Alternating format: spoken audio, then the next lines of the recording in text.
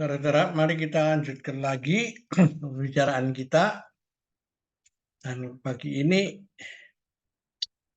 kita akan membahas tentang sistem pendidikan itu ya di perguruan tinggi kita. Ya, nah. Perguruan tinggi kita itu universitas harusnya unity and diversity by name ya. Tapi dalam kenyataannya dia adalah gabungan dari fakultas yang independen masing-masing berdiri sendiri gitu. Nah, karena itu setiap fakultas itu mempunyai mata kuliahnya masing-masing kan, dan setiap mata kuliah itu ada dosennya masing-masing, spesialis apa. Nah di sini sendiri pun ada masalah itu untuk menggabungkan, mengintegrasikan, mengaduk itu menjadi kopi susu, gitu. Yang ada ya kopi ditambah susu. Gitu. Nah, kalau ini dihubungkan dengan fakultas lain juga sama aja. Karena itu universitas kita itu juga di dunia, di seluruh di barat terutama itu bermasalah di sini. Karena apa? Karena masing-masing itu mementingkan ego sektoralnya.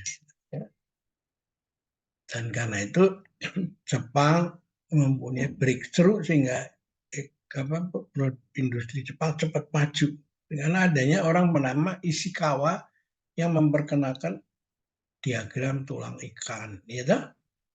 Dan di sini kepala ikannya itu akibat dan di sini penyebabnya, gitu. Lalu macam-macam akhirnya menjadi begini, gitu.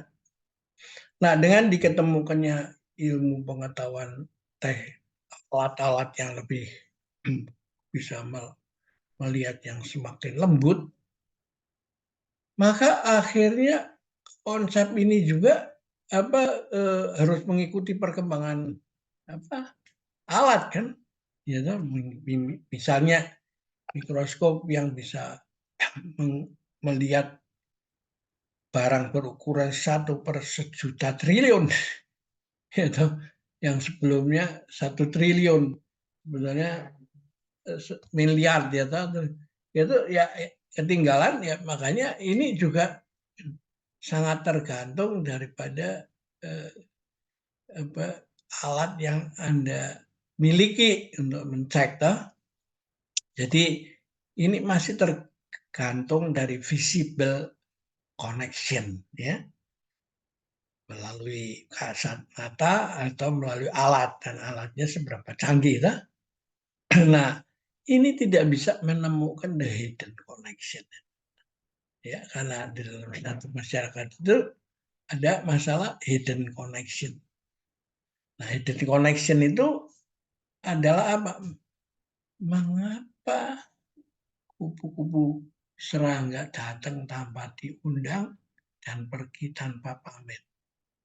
Seolah-olah dia atau tujuan utamanya mencari madu, tapi dalam perjalanan dia itu menjalankan pembuahan, penyerbukan itu, ya.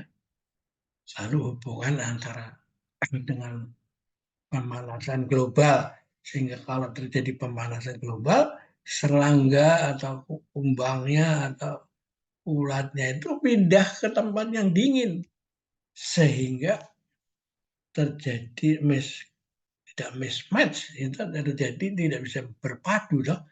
Nah, itulah yang membuat kegagalan. Nah, karena itu dalam manajemen ini dikatakan melihat dengan telinga itu. Anda bisa melihat dengan telinga untuk menemukan hubungan tersembunyi, keterkaitan itu. Nah, seorang manajer harus dilatih untuk memahami ini, menemukan hidden connection. Nah, caranya bagaimana? Dia dilatih menjadi dengan mata tertutup, disuruh jalan, pergi kemana gitu, ya. Kalau konsentrasinya di ujung tongkatnya, kepalanya bisa kejeduk. Kalau konsentrasi di depan, belakangnya diserang. Kalau konsentrasinya di kiri, kanannya lemah. Konsentrasi di kanan, kirinya lemah. Nah, karena itu seperti pernah dikatakan bahwa seorang manajemen pimpinan tertinggi harus manusia damai. Dan manusia damai itu yang pikirannya ada di Tantian sini. Ya. Sebelah depannya persis dari Mingmen yang biasa kita bicarakan. Ini Mingmen itu bagian belakang, kalau Tantian di bagian depan. Nah, dengan Tantian di depan itu dia tidak pernah sampai kepada merasa bisa, tapi bisa merasa. Nah, ini uniknya kosakata dalam bahasa di Nusantara ini benar-benar kaya, gitu.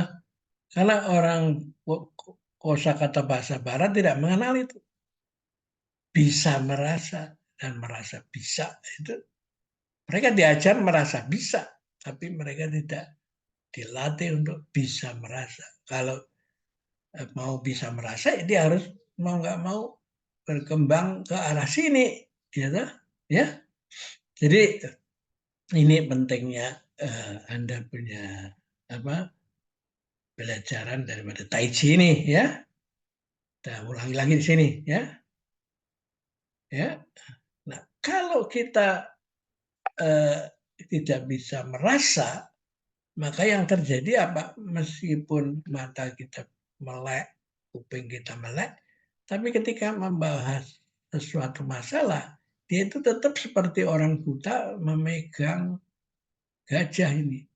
Yang pegang ini belalainya itu melihat sebagai selang gede, yang pegang ekornya seperti tali, ya toh. Yang ini sebagai kendang, yang perutnya ya toh, kupingnya sebagai daun ya toh. Jadi dia tidak bisa tahu menemukan keadaan realitasnya. Sehingga tidak segampang dengan slogan yang masih kasar, see, judge, and act, ya. See-nya itu sendiri hasilnya bias itu. Kalau mentally nggak mengerti masalah ini, ya toh?